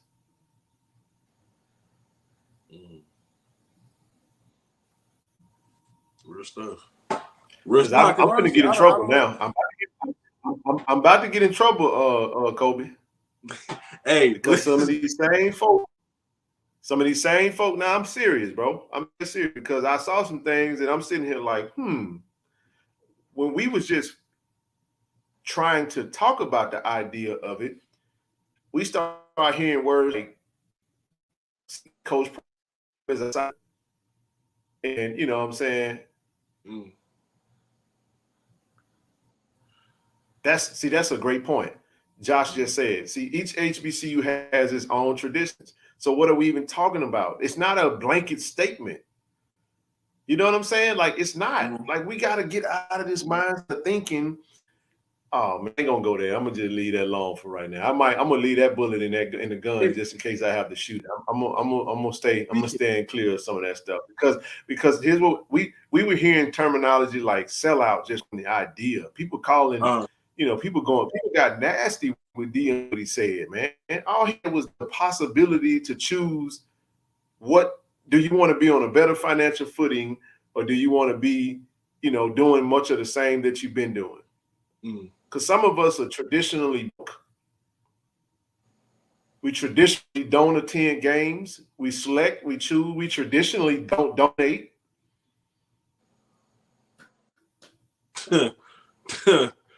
It's part of that the second culture point. too.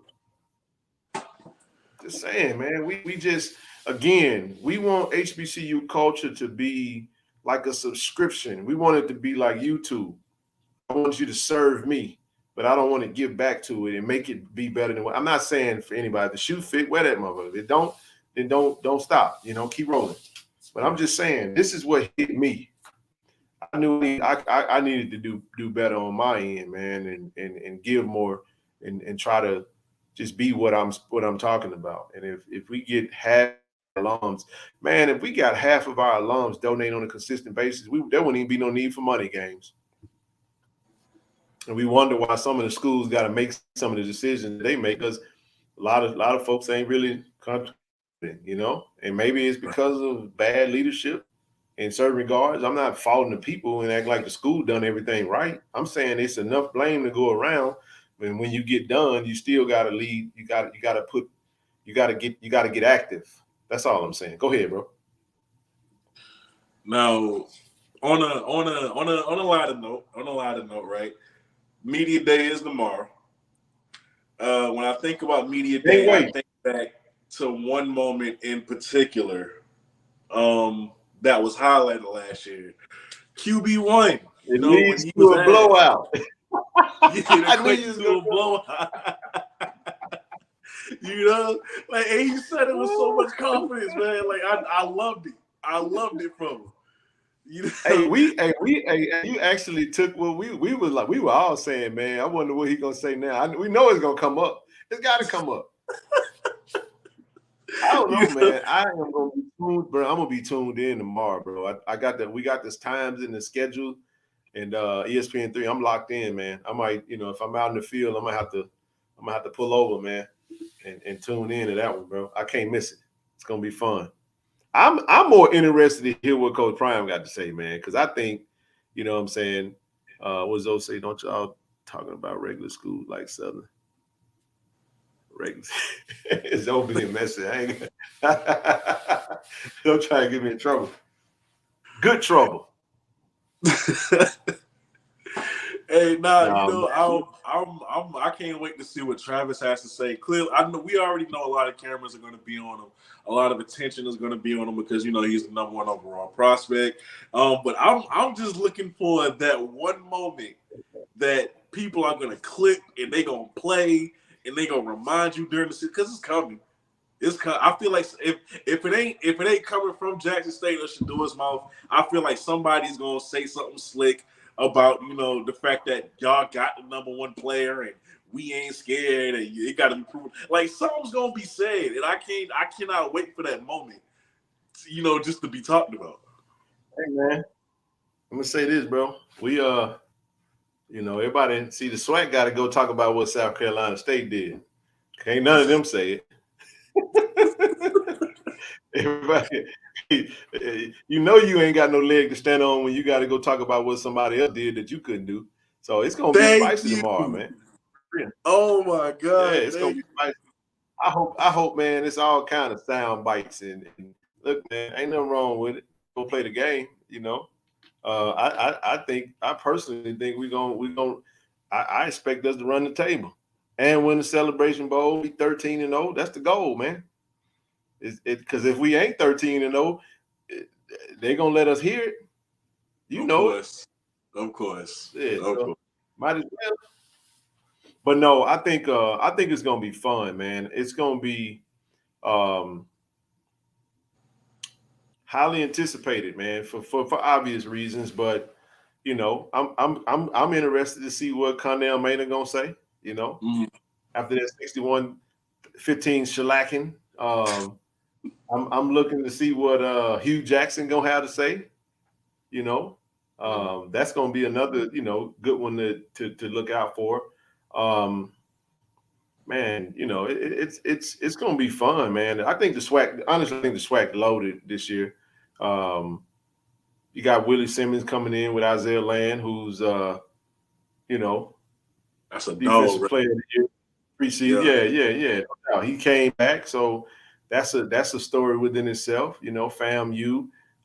They probably gonna get asked questions about the Orange Blossom Classic, which is less than 2 months away.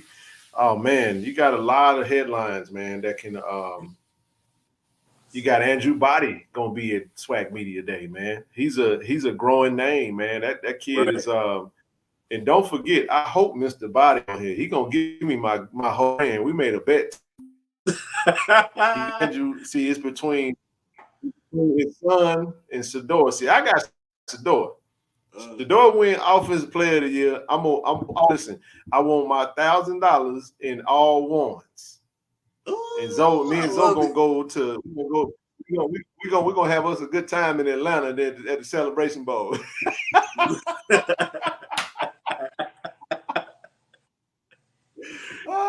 Hey, shout out to Mr. Body, man. I talked to No, him a no, couple but days ago. on a more serious note, I am a fan of Andrew Body. I like the kid a lot. I think he's very marketable. I think it's a bright spot for Texas Southern because it's like the best thing that's happened for them in quite some time. You know, the program been a little down. I think Prairie View is going to still be a good team. Um, Southern, tell Maynard we got some more 5 star. yeah, we did that. But no, but like I said, the sexy headline is Coach Prime. But I am curious to see what they're going to ask him in relation to what we talked about today. Maybe he give us a little bit more meat. You know what I'm saying? You know, they're probably going to ask him about a lot of the questions you asked me, and I think he's going to give us a lot more context. Maybe we should have had this interview on Friday. You know what I'm saying? Maybe so, but we can always do it again. But the point that I'm making is that Swag Media Day was more anticipated some of these other larger conferences. I've never really kept up with Media Day other than the SWAC anyway, but I think it's gonna be fun. I'm gonna be tuned in, bro. So I'm gonna try to watch the whole thing and see what comes of it. Uh, all right, so last topic, and then we gonna get up out of here. All right, last For topic. sure, for sure. I've been I've been seeing this. I've been seeing the back and forth for too long. And, I'm a little conflicted for obvious reasons, right? But even in the conversation while we was talking, some South Carolina State fans got in here. It's the back and forth. Like what what do you think? Where do you think this is going at with South Carolina State and Jackson State in terms of like Nowhere. you don't think it's because like I know y'all see each other the next coming season the MEAC SWAC Challenge. It's No, a good no, chance that no. y'all see each other What? again. No, the thing about South Carolina State that you gotta understand is that a game, and we came in cocky. We came in overconfident. We came in expecting them to lay down, and they didn't. They played ball, bro. I mean, shit. It's 2022. That game over with. You got to do it again now. You Right. can't. You don't get to talk about what you did last year. South Carolina State feel like they ain't. Maybe they feel like Box Turo got them ranked number 2. They had a good recruiting class. They got a great legendary coach. They got a Hall of Famer as soon as he retired, Darius Leonard. They got the Kobe Durant in the NFL. They got a healthy program. They do. But guess what, man? What we got going on is still our time. It doesn't diminish what they do. I'm not finna go back and forth with nobody from South Carolina State. Every time something come up Jack State, you got to run. You don't have to. One thing you don't have to do is remind a Jack State Tiger that we lost that game. You ain't got to remind us of that one because that one hurt. You get what I'm saying? And it didn't even. I felt it when we went in there. Now, if we want to talk football, let's talk football about the game. You know, I'm gonna say it again. They made the plays, but we did the very thing that you don't do. You know, I could be, forget it. I'll just say it. Again, I found myself toward the end of the year being somewhat critical of QB1 at times because I felt like he held the ball too long. That's been going on. We know our line was suspect. I feel like that game was. We had the game under control in the first half. It was 7-0. They couldn't score on us. We couldn't score on them after Keith Corbin scored the touchdown. Right. But everything changed on one play, and that was that fumble on the 5-yard line. And it was actually third down, bro. If you go back, I think it was third down. I think it was. And I don't think that there was much there. And I think if he just take what was there or either throw the ball away, maybe we're not in that position. But shout out to the South Carolina football players that made the play. And, bro, I saw the momentum swing, and I was like, damn. And all of a sudden, their confidence got very high on that side. The crowd got in it. And all of a sudden, they started believing, wait a minute, man. You know what they said? They said, wait a minute. They scored. It's 7-7. They like, man, we can play with these boys, man. It's 2 quarters done went by, and it's a tie ball game. And after that, there was no more respect for Jackson State. Ain't no starstruck. Ain't no. They was like, we belong, and we gonna beat these jokers. And we was like, all right, they scored. Let's go do what we do and turnover. Bro, we turned the ball over 3 times in their red zone, and that was the game. We gave up 21 points. Corey went from looking like a high school prospect, looking like a high school to looking like he was a future first round draft pick. He literally flipped it. He turned up. Yeah. Man, his accuracy went from 55 to 95. But you know what that's called, bro? That's called momentum. That's called believing. That's called, you know what I'm saying? Once you get that feeling like, you know what, we all get in that zone. They got in a zone, we couldn't stop them. So kudos to them. I doffed my hat out to them. But I don't think that was the real story of the game. I think the MVP of the game was the coach. I'm gonna tell you why. Coach Pugh outcoached Coach Prime in that game, and he admitted to that. Let me tell you how he did. He took away our special teams. Go back and watch the game. He took it away, Kobe. You know who name you didn't call? Isaiah Bolden. He completely took away our special team. And you know what he said? They got a dynamic. Isaiah Bolden scored a kick return in the SWAC championship game. But if you go back and look at it, every time they punted the ball to where we couldn't return it. He would not let us return the ball. That's coaching, bro.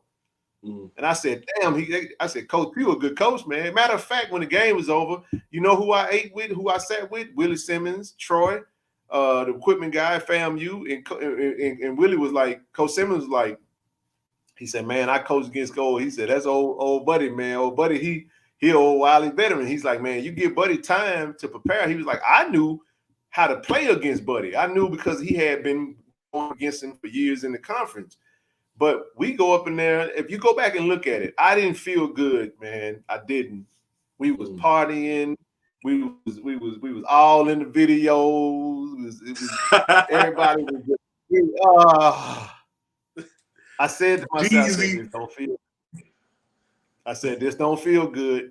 And you know what? When you look at, when you go back and look at them boys from South Carolina State, them boys were looking like they were there for business. They ain't give a damn about nothing. They look like they ain't even eat. They were like, we just want to get to the game. We don't want to do nothing. We don't want to go outside.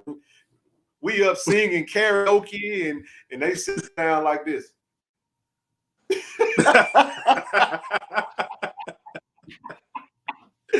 And look, they went out there and proceeded to they kicked our ass, man. I'm not sugarcoating it. They beat us, bro. They beat us. They beat us that game. And that ain't no excuse. I mean, they had a month to prepare, but whatever. We still had a chance if we would have handled business and did what we needed to do. Man, the players they took away the big play. And I'm gonna tell you, around the third quarter, all I could think about was, yeah, they're not going to be very nice to us on social media. I was just like, I knew it, bro. I knew it was coming. I said, man, this is going to be a long off season. Ooh. Going to be a long, and this wasn't a weekend, bro. I won't look at no highlights or nothing, man. I can't look at it. I was sick, man. It hurt my heart, man. I'm gonna give you a confession right here on CFL podcast. I have not looked at one highlight from that game. No. Nope. Oh, I remember it like it happened yesterday. I can tell you everything that happened in that game. That's just how my memory works. I won't go back and look at it because that's the game you just bust the tape and just walk away. We got whooped in the second half, bro. We got took out the woodshed, man. He took us behind the woodshed and bent us over their leg and gave us a good old South Carolina spanking. Yep. And guess what? They got every right to talk smack. But look, South Carolina State acting like these recruits. Every damn post you put up, they want to remind you that they beat you. You see what I'm saying? You know how they recruit.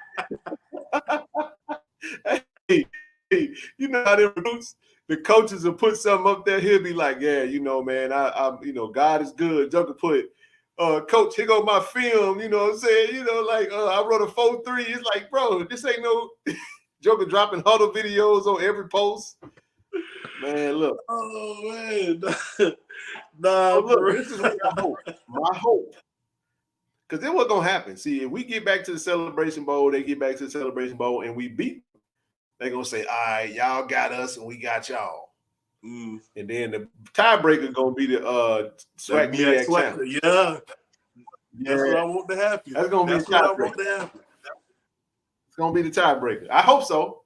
You know, fam, you might have some. But let me give you a scenario. So let's say we don't win the SWAC this year. We mess around and go to the playoffs. See, there are going to be some people that's going to be. See, this is what's going to happen. If we lose a game, and let's say FAMU do the flip thing. FAMU go to the SWAC championship, and we go to the playoffs.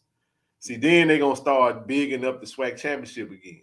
Oh, man, you know, the SWAC championship Celebration Bowl going to be the greatest thing on earth again. See, and the playoff ain't going to be that big of a deal. I believe that because, you know, there's some people that's dead set on just saying the exact opposite of whatever Jack State do. That's why I said it don't make no difference what Cole Prime say. If Cole Prime say, nah, we don't need to go FBS. We need to stay in FCS and we need to stay in our rightful place. You know what they're gonna say? Man, Cole Prime trying to hold us back because he gonna leave Jack State and go FBS. He don't want us to get up there. Right. They just don't say the exact opposite. If you don't believe me, just watch them. I pay attention to all that shit, man. I'm just saying. 1 minute, y'all selling out, y'all trying to get rid of the culture. The next minute, all of a sudden, anyway, let me leave that alone. And I seen some people in it. Let me go back. Boy, that's cap. Let me tell you right now. North Carolina Central in the me. Let me tell you something. South Carolina State, the team to beat in the MEAC, bro. They the team to beat. I saw somebody say Norfolk. Listen to me. That is not happening. Stop the cap right now. They brought too much talent back.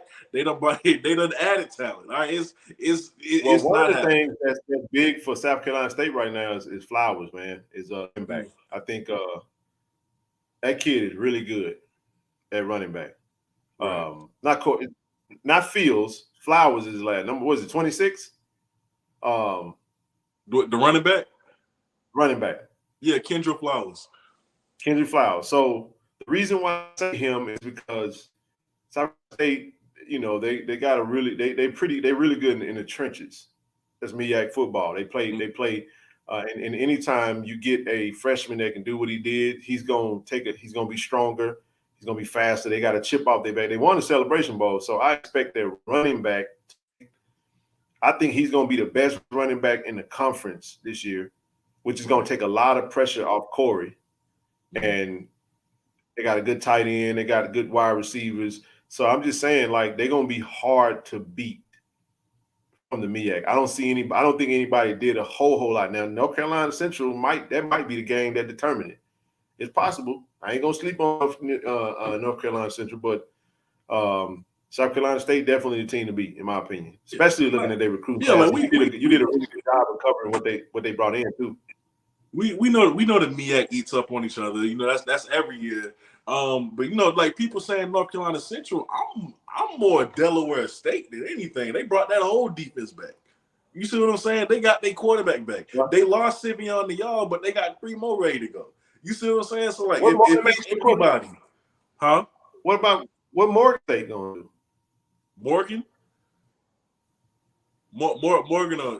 Morgan a while. They've gotten talent, and I think they'll be better. I don't think they're a walkover team anymore. But no, I think they're a little while out. Like that coach has to. I forgot his name. He has to build with Morgan before Damon Wilson. Intended. Yeah, Coach Damon Wilson. He went over there. But no, I think South Carolina State, man, is now, unless they make the mistake that we made, when you win, you tend to, let up a little bit. But I think losing to Kobe Durant is going to be it's very hard to replace. It's tough. Very hard to replace him because he was a baller, man. He was definitely a baller. He's been that way for the last 2 seasons. So he had his footprint on that game, and I'm telling you, that's an NFL player, man. That man literally dominated in the Celebration Bowl. He had a great game, man. And I mean, and a lot of times, your stats don't show up, when you playing cornerback, but we saw him really give fits on the side that he defended. And, we'll see. All we needed was to shore up our O-line, and I'm telling you, we've done that. Right.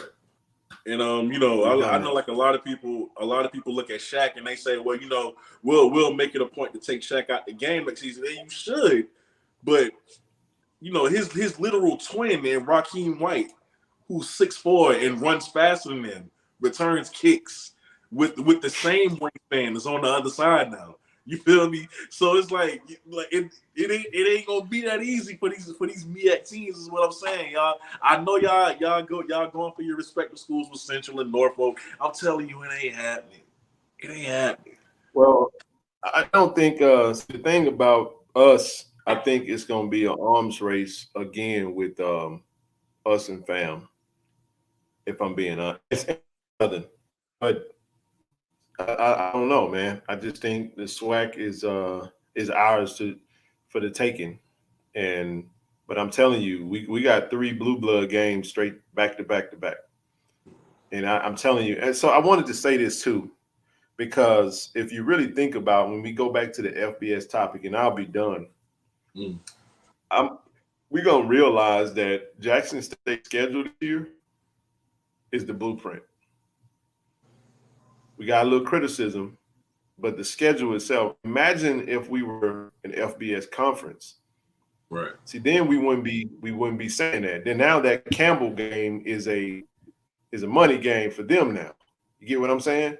Mm-hmm. It's not a situation where because all we played with FBS, all we played was HBCUs. You see what I'm saying?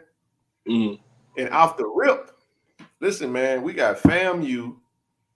See, this is what people got to understand about FAMU. See, FAMU wasn't like Alabama State, Grambling, and Alabama A&M. Because I'm telling you, with Alabama A&M, they loaded up on defense. They got, but they're losing Aquil Glass is going to be it's going to be felt. I'll say it that way. Right. But FAMU and Jackson State was 7-6. We went tit for tat. I know it was the first game of the season. I get it. But they didn't lose no more the rest of the season, neither did we. Right. So I'm saying FAMU, the gap between Jackson State and FAMU is not as wide as it was with other teams. And FAMU got better in the offseason still. You get what I'm saying? Right. And now you factor that game in first. You factor in a loaded Tennessee State game number 2. And you factor in a very, very stout and upgraded, highly upgraded Grambling as game number 3, followed by Valley, who everybody's projecting to be much better this season. So you show me how that's an easy schedule, because I'm telling you, they're giving us everything they got. And if we ain't careful, if we go into those games with anything close to what we did with South Carolina State, we can get upset. Mm-hmm. And yes, I said upset, because we're going to be the favorite in all those games. Of course. I mean, as we should. We got the freshman of the year coming back at quarterback. We got the best wide receiver room, in my opinion, in all the country, especially FCS. Mm. Mark Pope is on campus, and we got Shane Hooks, Travis Hunter, Kevin Coleman, Trevante Rucker. I mean, Quay Davis. The list goes on and on and on, man. We ain't got to the tight ends yet. I'm just saying, you better have some. All I'm gonna say is Alabama A&M was smart to go get 13 DBs. They better go get them. I'm telling you, you can't just one or two DBs that's good enough ain't gonna cut it. You need depth. Mm-hmm. Because we're coming in droves, man, and we trying to bust the clock. Since y'all disrespected us all off season, we trying to put a 40 on everybody's head, trying to win by 40. Thanks. So yeah, man, we good, man. But the sky's the limit right now. Again, let me say this, because everything that we're talking about right now is hinged on, I think, on the 2022 season. I think the 2022 season is very, very, very important for what we're trying to do as a culture, as a conference. And it's going to be critical, because if everybody's on their A game and everybody's better, then now you're talking about the desire for those to see those games is going to be better. I really want FAMU to have a really good showing against UNC. I know Earl talk. We don't know. They said, Sam Howell's gone, but they saying the quarterback coming in is better than him. We need everybody to have a good showing in their out-of-conference games. We need that. But if the conference fares well, hey, man, we get some upsets here and there, that's going to be really well. And that conversation gets a little bit better if we do that. But if we get swacked and get smacked and we offer, yeah, it's gonna be hard to kind of sell that idea again. But yeah, man, it really comes down to what we do on the field. You know what I mean? When we talk about TV money, we talk about all that other stuff. And only thing I would say to everyone, man, the game go. If you're at home, put all your TVs on the game. Make sure we get that viewership. Make sure we're doing our part. I like what Yard Talk did. Yard Talk pitched an idea. Somebody else had. I think I've heard that idea before. Where it was saying, if you can't make the game, donate to your institution the same day for the ticket price. Whatever we can do to try to advance our institutions and help in whatever regard. And for everybody out there that's covering Jackson State, that got content out there, hey, man, throw something in the pot. We got a day of giving. We got our annual day of giving, July 29th, man. All the links going to be out there. I don't care if you put $10 in the pot. We appreciate it. Every little bit helps, man. We love for y'all to, you can make it anonymous. You don't even have to put your name out there. But if you really want to flex, I see Blue on there. Blue can donate. You know what I'm saying? He can put $250 from the Blue Buzz podcast. That's how you really get people. You know what I'm saying? Oh shit, Blue put something in there. You see what I'm saying? That's how you really make a mistake, man. But any little bit would help, man. If anybody, find it in their hearts, yeah, man. That's it.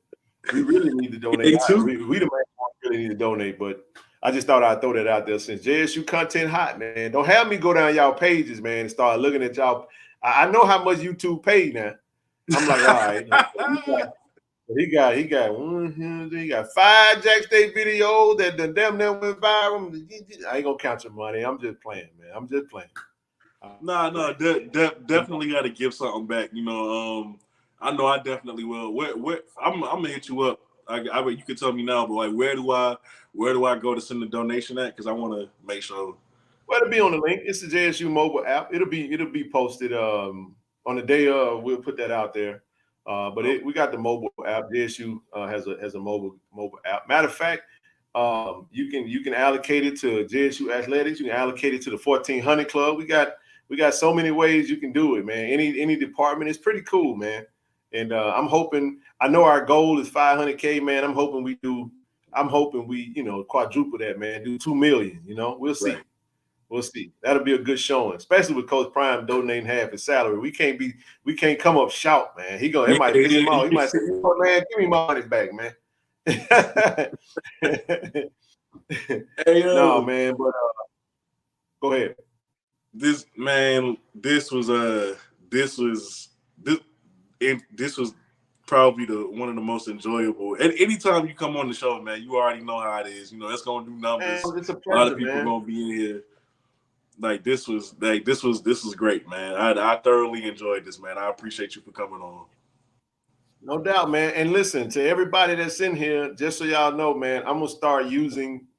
I'm not gonna do what y'all doing, but I'm gonna definitely start using my page and to throw some shorts out there because trying to learn the space a little bit, and I got some creative ways to funnel a little bit more traction to our podcast.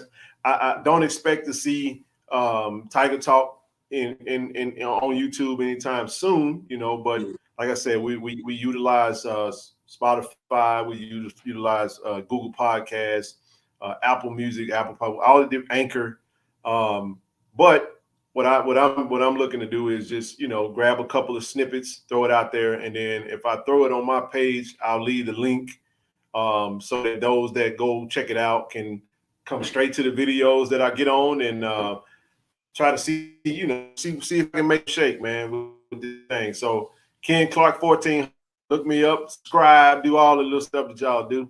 But I'm gonna jump in this space for a little while, man. See if I can't make some noise with it. Like I said, don't expect me to do what y'all doing, but I got my own kind of ideas with how I want to utilize my page. I've had it forever, but I was like, why am I not utilizing this damn thing a little bit better? So I did want to put that out there, man. So for those that's listening, Ken Clark 1400, go take a look, man. I dropped a couple of little short 1-minute clips, and I'm gonna see what I can do with this thing, man. Because like I said, it all helps the cause, man. And I'm true blue. I'm Tiger Talk through and through, and that's what we hope to stay, man. We trying to grow this thing as big as Mount Rushmore, man, and Mount Everest. I think I should say it that way. And we'll see where it go, man. But Kobe, I appreciate it, bro. I really do. I just enjoy keeping the conversation going. I enjoy, elevated thought process. I mean, challenge, we don't have to agree on everything. That's why I've taken somewhat of a different approach. I've kind of gotten a lot of the emotions out of this stuff and not taking stuff personal, because at the end of the day, it's really about, moving forward, man, and trying to help each other elevate. So I've been enjoying the spaces. I enjoy anytime I come on the show, anytime I'm talking. Me and Zoe talk literally every day, man. If you looked at we talk every day. Me, Zoe, Shaq, all of us, man. We always we got a chat. It just never stops, because all we're really doing is capturing what we do every day anyway. So when we say DI love, we really mean that. And I think when football season do start, I think everybody will be happy. I think we just kind of looking forward to some football, man. We about 40-some days out. So yeah, bro, can't wait. Hey, Ken, you already know we're gonna get up with each other, man. Thank you again, my brother. Like this, like I said, it's always a great time.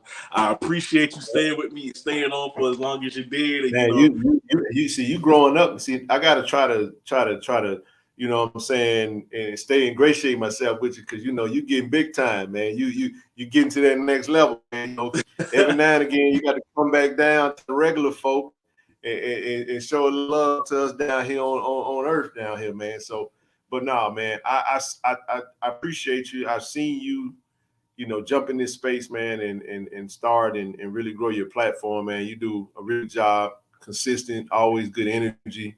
And shout out to everybody, man, that's doing go like the Tavion Beasley interview now. Okay, yeah, gotta go jump in that. But yeah, man, appreciate everybody for tuning in. I wish we could have got some calls in, man. I wanted to hear some, Yeah. you know, no calls like Mr. Ford last time because we all was like, what the hell? I say that because I know Mr. Ford, good people, man. I'm messing with him, and shout out to all the creators, man, and shout out to the 1400 Club. Like I said, y'all know how to find us. Follow us on Twitter, IG, Facebook, all that good stuff, man. Appreciate it. Hey Ken, I'm gonna get up with you, brother. Appreciate it, man. Yes, sir, man. Peace. All right.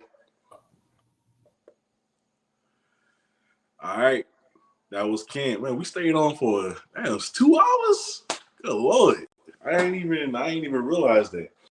But hey, I ain't even gonna stay on here much longer.